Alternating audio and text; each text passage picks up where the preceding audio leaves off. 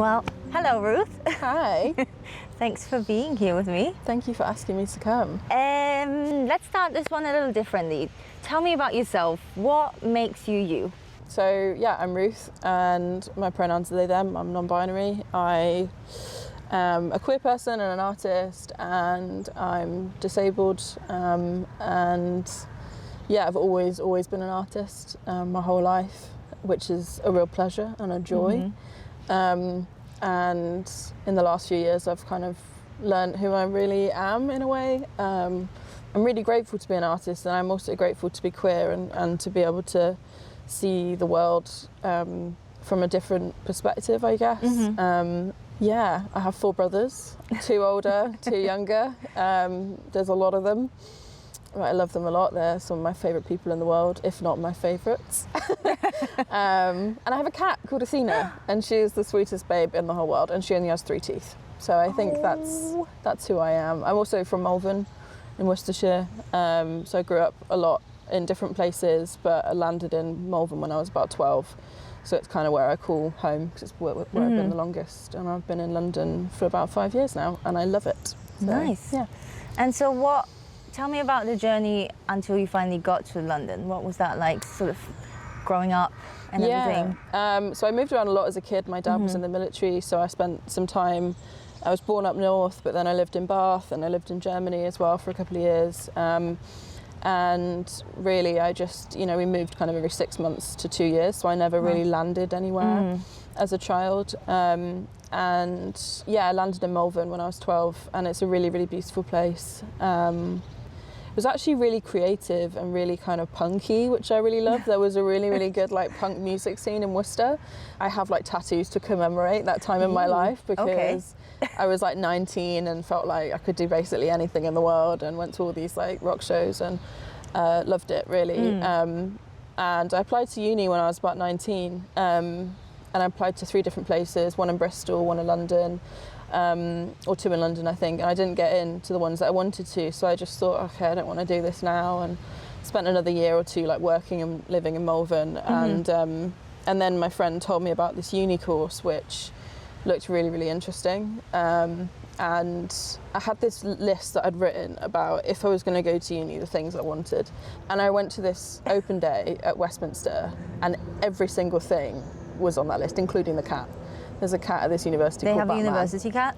Batman? They do, yeah, it's called Batman. Wow, okay. So I went to uni there, and I loved it, and in my first year it was COVID, so it was lockdown, and but I also got sober during that time, and spent a lot of time, working on myself, and it was a really like pivotal moment for me. And then yeah, I've just kind of fallen in love with London ever since then, and have stayed here since then. And uni was an amazing time for me, and since uni, like, I really love being in London and being around different people and just learning, I guess. Yeah.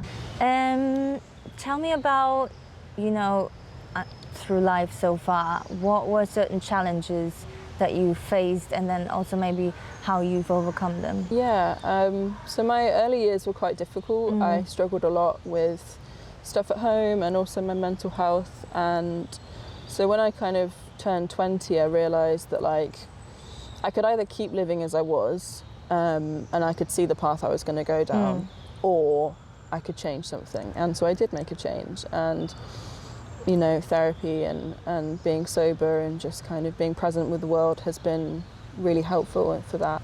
And also, I became disabled around the age of 21. So I was sick when I was younger, but it kind of all came to a head when I was in my 20s. And I don't think that disability is a challenge that you overcome. It's more of a process of acceptance and a process of realising that you are still worthy and loved and wonderful. And in a way, some people might not understand it, but disability is also a gift, because you do see the world from a different viewpoint. Like, I'm literally lower than everyone else. Like, I see everything in a different way. I'm closer to the birds on the ground. Like, and I think that the chronic illness and disability community, especially online, is so incredible. And so, I've had, lots of friendships that have come from Instagram and TikTok and you know, posting about it, and that's been a real blessing, because I think the way that the world works, if you're disabled and chronically ill, it's different. You know, you do things at a different time than other people, and the way you socialise is different. Yeah. You know, I don't always get to go out and see people, but I always, you know, I'm always on my phone because I love talking to people, and, you know, voice notes and Zoom calls. And yeah, I guess the biggest challenge that I've had to overcome is, especially I live with a lot of chronic pain. Pain is such an interesting and deep, embedded experience that a lot of people will never understand. And it does give you a completely different way of looking at life. Yeah. And so I think the way that I would say I've overcome that is just with acceptance. Which is probably the hardest part of all. It is, it really is. I think there's this idea of like, you have to accept something, you have to become aware of something, to then accept something, to then make an actionable, you know, moment and do something. And a lot of people skip to the action before they get to, they go from awareness to action instead of the acceptance. And then you're there like, something's not quite right, something's not like working. So yeah. Adding to that, what is something like a misconception or prejudice, or, you know, that you wish people would stop saying or doing? Yeah, I think there's a few things. The first thing is, like, as a visibly disabled person, so I use a wheelchair, I would love for people to know that disability isn't a tragedy. It's not something to be fixed, it's not something to be solved, it's not something to be eradicated. Disability is part of the kaleidoscope of life. So there are so many different types of disabilities that, you know, that maybe there's invisible disabilities and visible ones, and autoimmune diseases and chronic health issues, and, you know, and visible facial differences. And there's lots of amazing people, especially online or in the public eye, who are doing so much work for advocating for disability. You know, there's a lot of support for disabled people. A lot of the world and the things that we have now are because of the protests and the fighting that happened in the 70s. Specifically, Judy Heumann, who was an incredible disability rights activist who fought for, you know, disabled access on buses and disabled access into, you know, national buildings in America, and that kind of seeped over to the UK. You know, there's the other element of it. So chronic illness and disability are separate things, and for my chronic illness, the majority of it is that I'm tired and I'm in pain. Like, that's the two main headlines, if you will, with that chronic illness. And I'd love for people to know that it's not in my head, and it's very much in my body. And it's, you know, there's good days and bad days, but it's always there. And so everything that I do is almost soaked in a kind of cloak of fatigue and pain, but I still choose to do certain things that I can when I can. And everyone's different. And so, you know, comparing two people who may have the same illness still doesn't work, because it affects people differently. And I would also, with transport, there's so many things that a lot of people like don't know about, which is like, in London only a third of the stations are accessible, and like, you know, there's lots of stuff that people take for granted, that I took for granted before I had a wheelchair, you know. And you start to notice things like dropped curbs, you start to notice things like whether a bin or a line bike is in the way of a road, or like stuff that you'd never think of before. So I'd love for people to keep their line bikes out of the road. What is life as an artist like for you?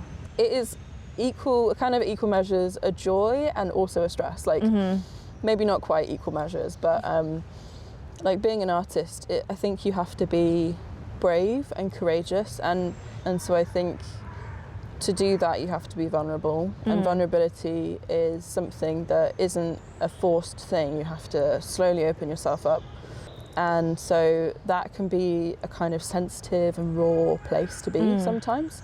And so when people don't buy your work or they don't like your work, it can feel like they don't want you, which can be painful.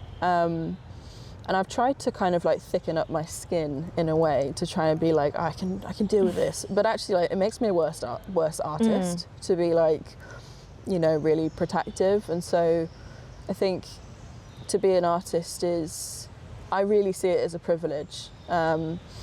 and also like it can be insecure, it can be unreliable, like the career side of it. And I hate everything about being an artist except for the painting. Like, I love painting, I love drawing, I love making work.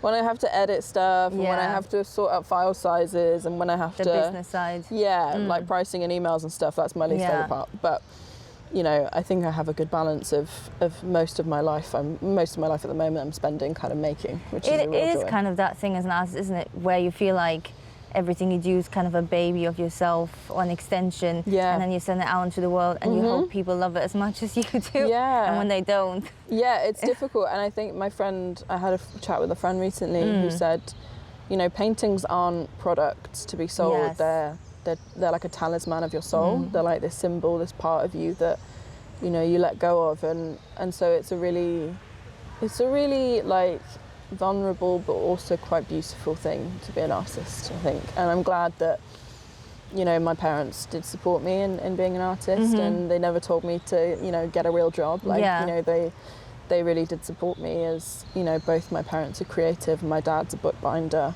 Amazing. Yeah, it's really cool. He actually has made me like art journals before. Nice. Yeah, I'm grateful to be an artist, I think. I'd also love to follow up and just hear a little bit about your creative process and what that entails. How does it work to get to a painting?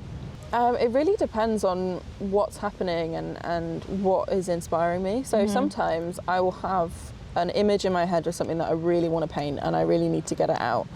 And then other times I feel like I need to paint, and the process of painting is the painting itself, if that makes any sense. Yeah. Sometimes it's an image, and then sometimes it's the experience, and sometimes it's both. But I'm not, you know, a lot of painters do plan their work and they draw it out first, and most of the time I don't do that. I tend to look at the canvas and kind of have a relationship with it in a way of like, what's going to happen here, I don't know. You're kind of having this conversation with paint and with a canvas or whatever surface you're working on. And so I think, sometimes it's that, sometimes it's, you know, especially if I'm doing a commission for someone, I'll plan it out, I know what I'm doing. Yeah. But the majority of the time, my favourite paintings have been the ones that have either gone really, really wrong, and I've gone, I'm never looking at this ever again, or ones that I haven't planned and have just happened. And I also have moments of like, I'm painting loads and loads and loads. Like at the moment, I can't stop painting. I'm just constantly painting. I wish I could paint while I'm still asleep. Like my hands are still doing what they need them to do. And then sometimes I'll have a few weeks or months where I don't want to look at painting, and I instead am like drawing in my journal or crocheting or doing something else. And both of those things are really important. And it is like a relationship where, you know, sometimes you're really close with someone and sometimes you don't talk to them for a little bit, but you still love each other. It's kind of like that. Tell me about something professionally and personally that you're really proud of.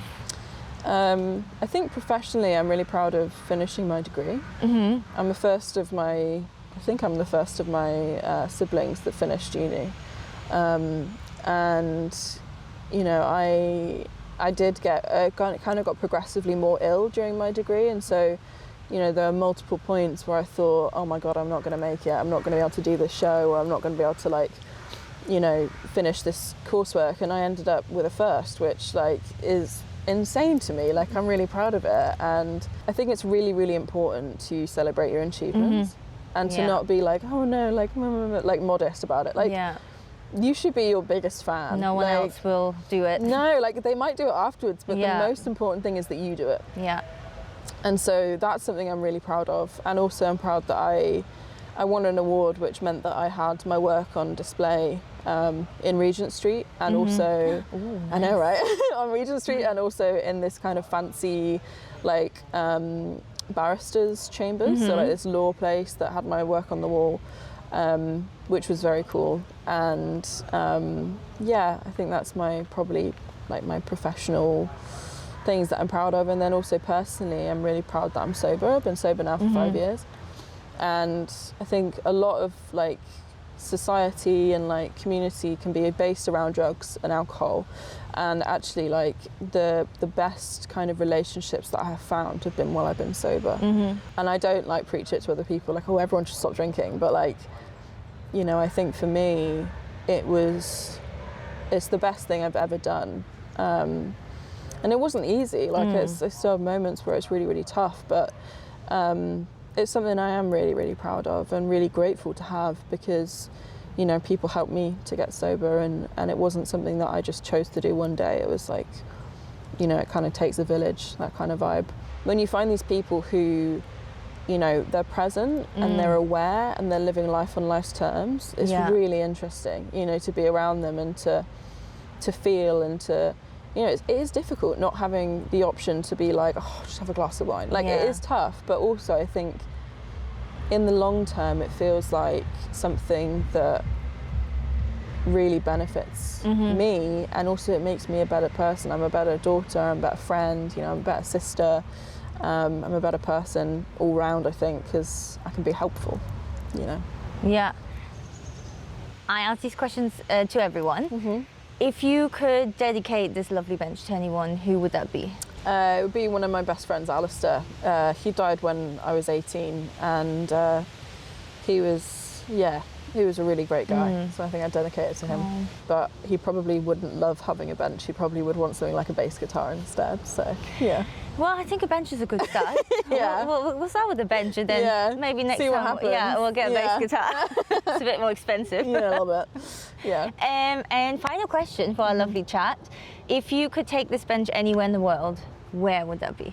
I would take it to somewhere called Marennes in France. Okay. It's where my grandma lived for a really long time, and it's where me and my brothers kind of grew up in school holidays and stuff like that. It was a really beautiful place, and South France is a lovely place. So yeah. Amazing. Well, that's it for today. Thank you so much for having me. Thank you so much for being here. I've had a lovely time. Me too. Thank you.